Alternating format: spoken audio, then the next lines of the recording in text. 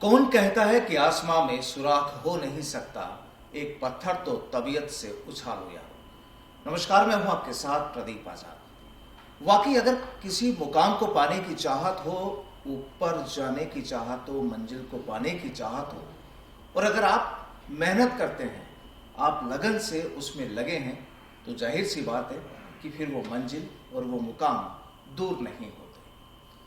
आज एक उस शख्सियत से आपको रूबरू कराएंगे जिन्होंने शायद ही हिंदुस्तान की ऊंचाई वाली कोई ऐसी जगह छोड़ी होगी जहां पर उन्होंने अपनी दस्तक ना दी हो, अपना नाम ना लिखा हो।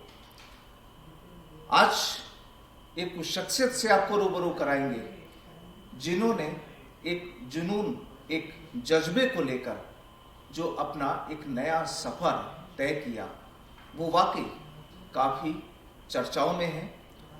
लगातार आज के यूथ के लिए एक प्रेरणादायक भी जिसे कहा जा सकता है। देवांग थपलियाल जी हमारे साथ में हैं, जो ट्रैकिंग एक्सपर्ट हैं।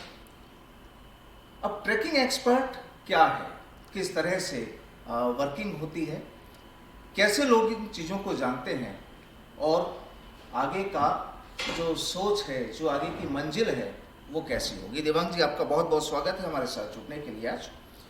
देवांग जी, ट्रैकिंग एक्सपर्ट्स के रूप में आपको जाना जाता है कि क्या है, थोड़ा शॉर्ट में आप बताइए और आप अपने बारे में संक्षिप्त में बताइए। थैंक यू आसर जी, मुझे शो में आमंत्रित करने के लिए। तो अपने बारे में मैं इतना बताना चाहूँगा छोटे से टर्म्स में कि 2014-15 तक एक नॉर्मल स्टूडेंट की तरह, इंजीनियरिंग ग्रेजुएट की तरह मैं कॉर्पोरेट जायंट के साथ वर्क कर रहा था।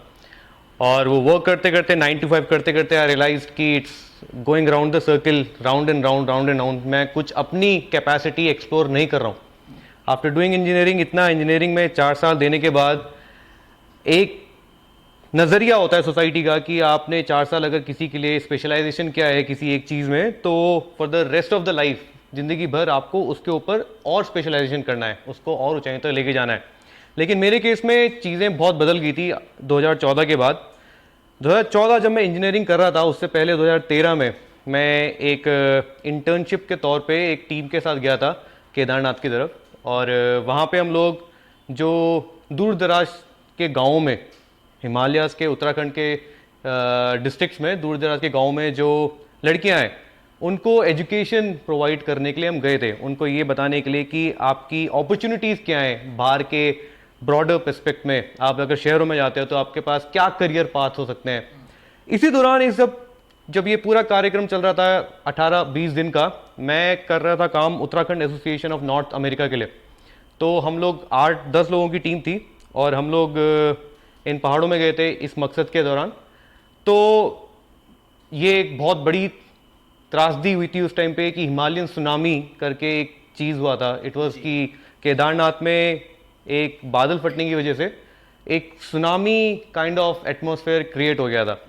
उसमें हुआ ये कि यार इतना सारा फ्लडिंग आ गया कि बहुत सारी चीज़ें विकराल हो गई जो होती नहीं है। तो वो पॉइंट ऑफ टाइम पे मैंने रियलाइज किया कि यार इंजीनियरिंग में कर रहा हूँ वो तो है, लेकिन ये दिस इज कुछ और चीज़ है जो जिसकी तरफ मेरा रुझान है। तो 2014 में इंजीनियरिंग कंप्लीट होने के बाद मैं एक कॉर्पोरेट वर्ल्ड में काम कर रहा था। वो करने के बाद मैंने डिसाइड किया कि मैं कुछ माउंटेनियरिंग कोर्सेज परस्यू करूँगा। Coming from a mountain family, मेरे मम्मी पापा ने बिल्कुल भी इस चीज़ के लिए प्रेरित नहीं होने दिया कि यार माउंटेन के लिए आपको माउंटेन कोर्स करने की क्या जरूरत है जब आप खुद ही माउंटेन से हो। आपको पहाड़ चढ़ना कौन सिखाएगा, आप अगर खुद पहाड़ी हो। आप खुद उत्तराखंड से ताल्लुक रखते? हाँ जी, मैं पौड़ी गढ़वाल से हूँ। तो उस टाइम पे जो नज़रिया था वो उतना पॉजिटिव नहीं था उनकी नज़रों में। और इससे मुझे और प्रेरणा मिली कि ठीक है, अगर मैं कर रहा हूँ, मेरी जिद है। क्योंकि मैं उस टाइम पे एक अच्छा पैकेज ले रहा था एक कंपनी के साथ जो अभी तक बहुत अच्छा कर रही है इन द करंट वर्ल्ड। तो वो नौकरी छोड़ के इस जगह पे आना, वो कोर्स करना, वो कोर्स करने के बाद मुझे रियलाइज हुआ कि यार इसमें कैपेसिटीज बहुत हैं। तो देन आई डिसाइडेड मैं ट्रेकिंग की तरफ जाऊंगा।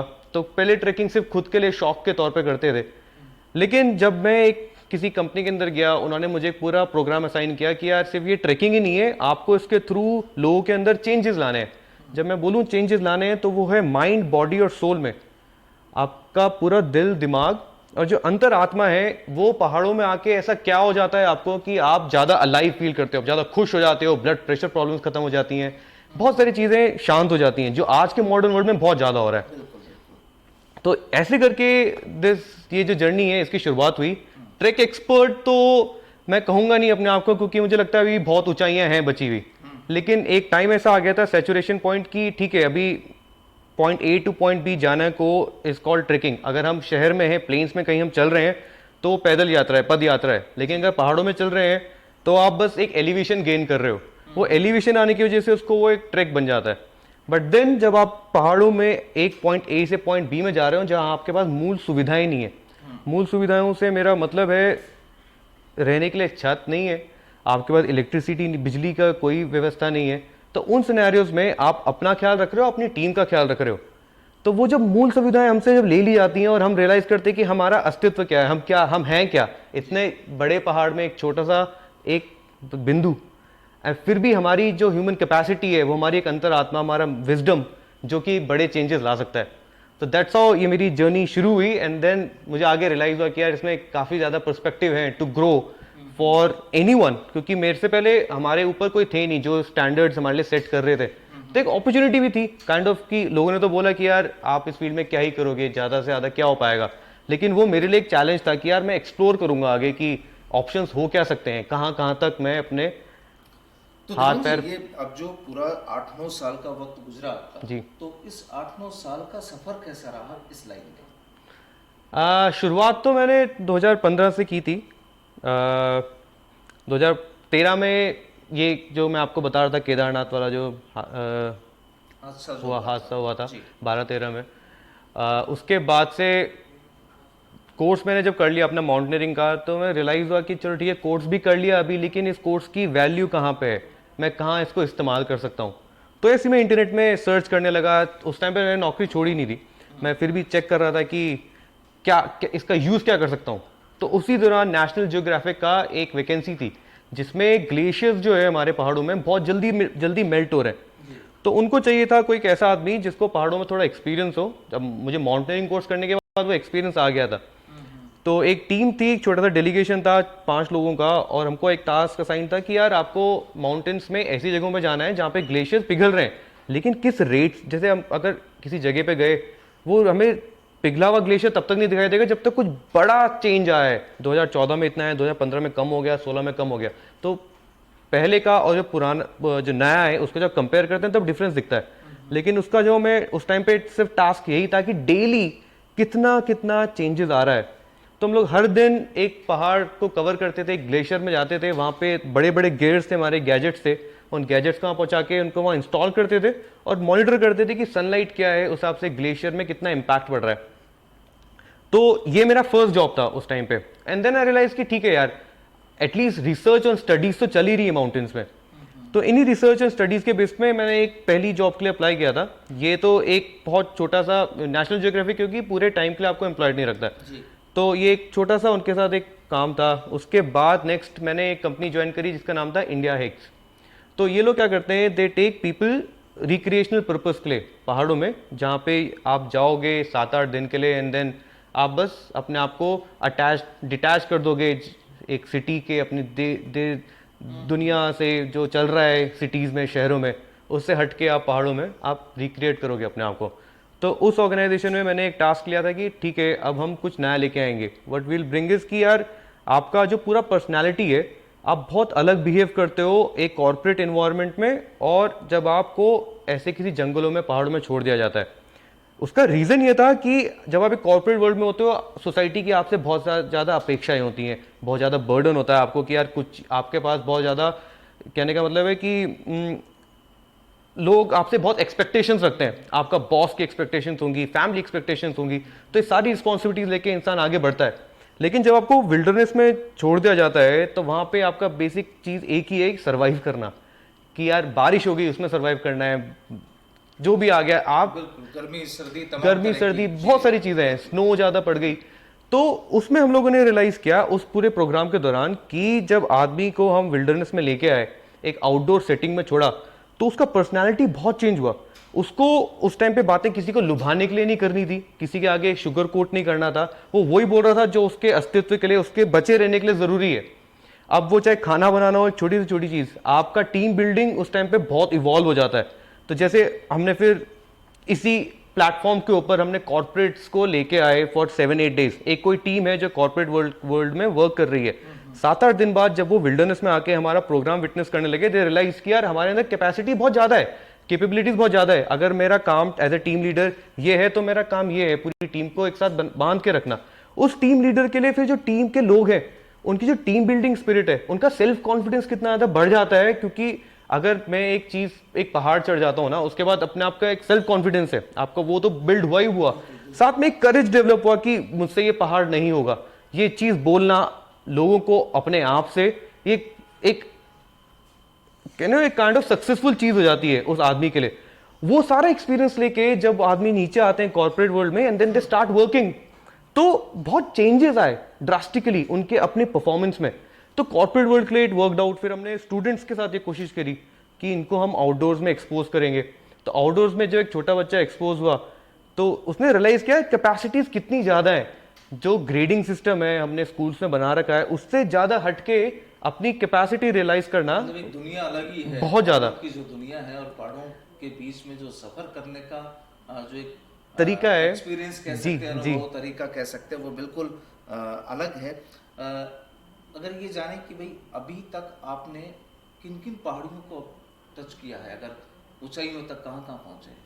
जैसे पूरा जो हिमालयन रेंजेस है वो शुरू होता है हमारा जम्मू एंड कश्मीर से, अरुणाचल प्रदेश तक पूरा एक्सटेंड होता है। तो मैं ऑलमोस्ट सारे स्टेट में विजिट कर चुका हूँ बिकॉज ऑफ वर्क। और पूरी भी खुद की भी, मैं तो कि इस पीक में नहीं गया हूँ कभी, तो मैं सारी माउंटेन्स आई हैव टच्ड।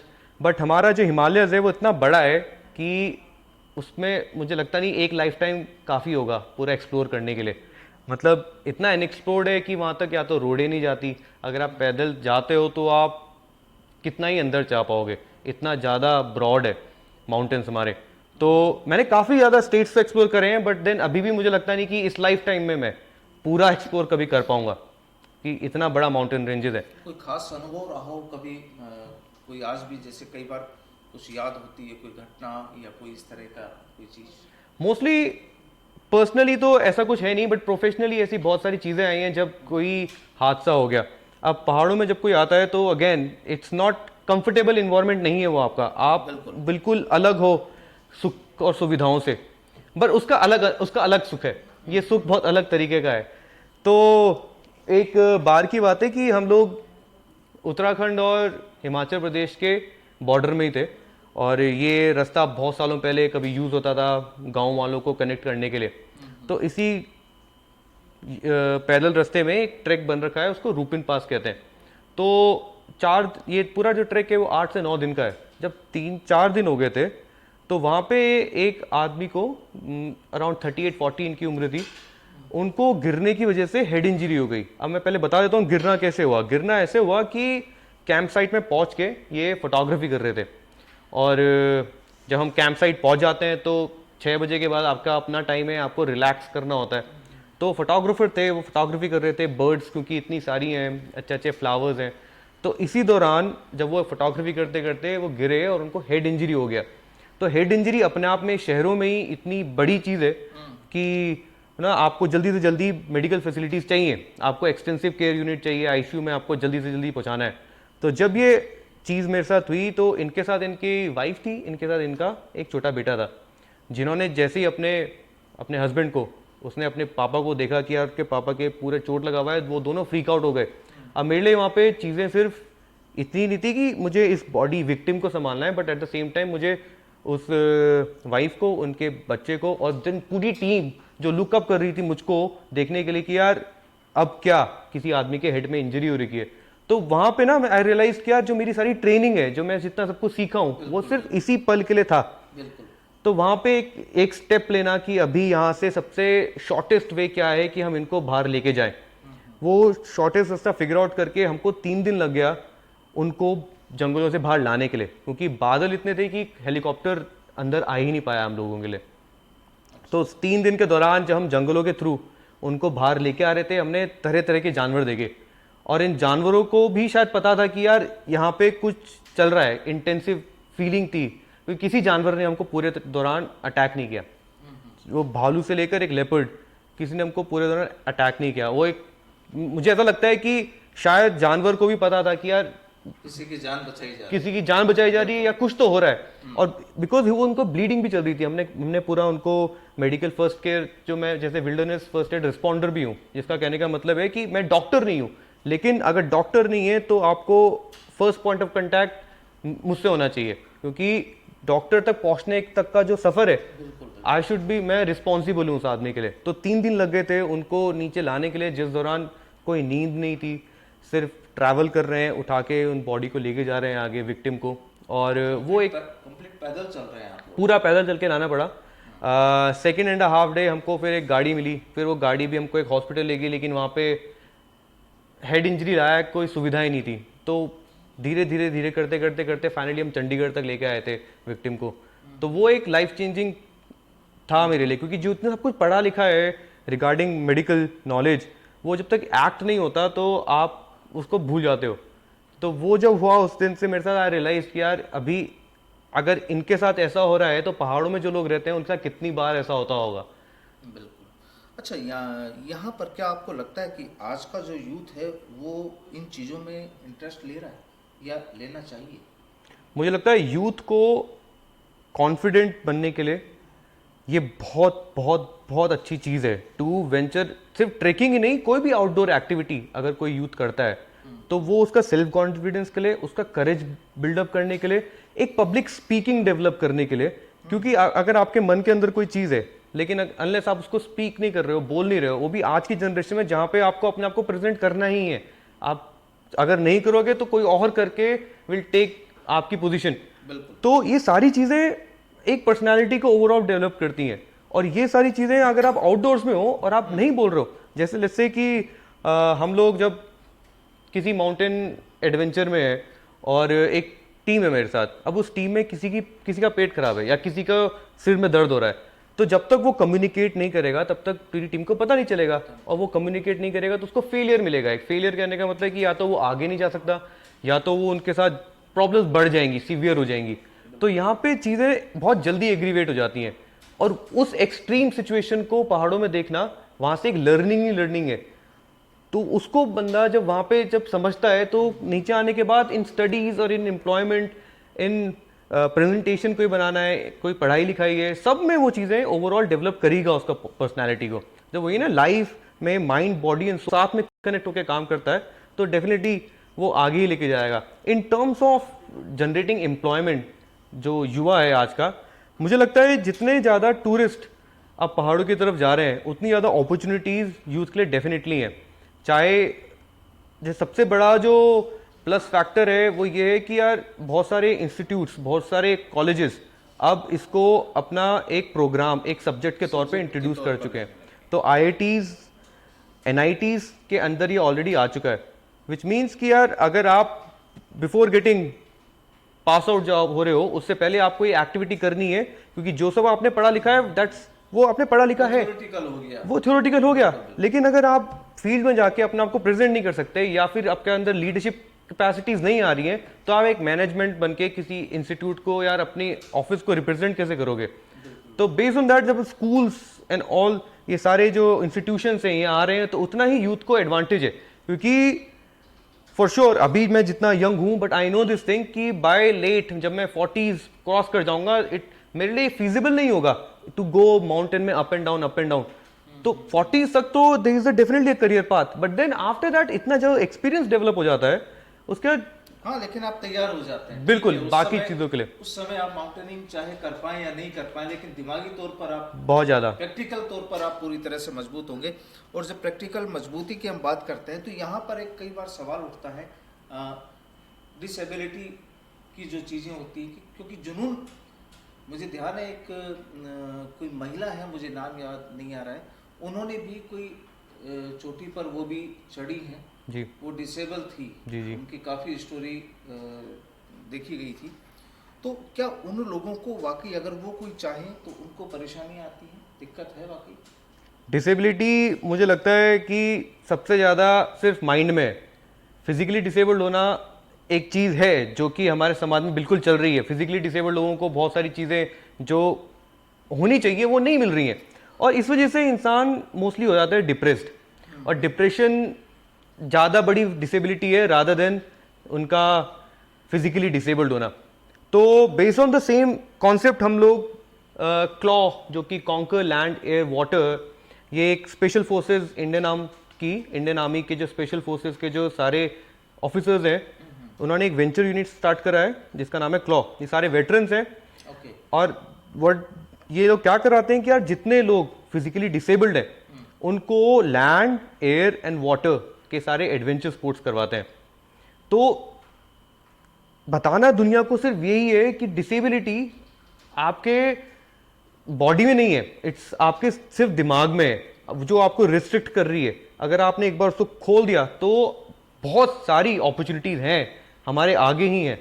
तो उसको जो अनलॉक करना है, जो डिसेबिलिटी हमारे माइंड में, चाहे मैं एबल्ड हूँ या डिसेबल्ड हूँ, वो जो डिसेबिलिटी माइंड में हम लोगों ने बना ली है, जो डर है, और वो बिकॉज हमारे सर्कमस्टांसिस की वजह से, हमारे आसपास जो लोग रहते हैं, वो बातें क्या चल रही हैं, माहौल क्या है, उसकी वजह से वो डिसेबिलिटी हमारे दिमाग में बैठ जाती है कहीं ना कहीं। उसको बस अनलॉक करना है और फिर इट्स ऑल अबाउट हमारे ह्यूमन पोटेंशियल को एक्सप्लोर करना, क्योंकि जो हम ह्यूमंस हैं we are capable of doing बहुत कुछ हमारे विद इन रीच है, बट वो सिर्फ यहाँ से अनलॉक करने की देरी है।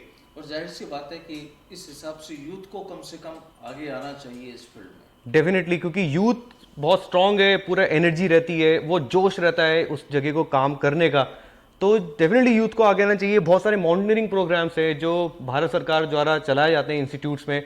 हमारे 4 इंस्टीट्यूट्स हैं। अटल बिहारी वाजपेयी इंस्टीट्यूट, ये कश्मीर में है, एक दार्जिलिंग में हिमालयन माउंटेनियरिंग इंस्टीट्यूट है, नेशनल इंस्टीट्यूट ऑफ माउंटेनियरिंग। तो 4-5 इंस्टीट्यूट्स हैं सेंट्रल गवर्नमेंट द्वारा, बहुत सुविधाएं प्रोवाइड की जा रही हैं कि यार सारे कोर्स सब्सिडाइज्ड हैं। अगर आप एक इंडियन नेशनल हो तो ये कोर्सेज की कीमत बहुत ज़्यादा चली जाएगी, लेकिन बिकॉज ये इंडिया में हो रहे हैं, सब्सिडाइज कोर्स हैं, आपको इंडियन आर्मी के लोग आपको सिखाते हैं माउंटेनियरिंग। तो अगर पूरी सुविधाएं हैं तो उसमें वेंचर आउट करना बहुत ज़रूरी है, उसको एक्सप्लोर करना ज़रूरी है। उसके बाद आपको एटलीस्ट इतना रियलाइज हो जाएगा कि हाँ मैं इसके लिए बना हुआ हूँ नहीं बना हुआ हूँ, और अगर बने हुए हो तो आप डेफिनेटली अनलॉक करोगे बहुत सारी चीज़ें।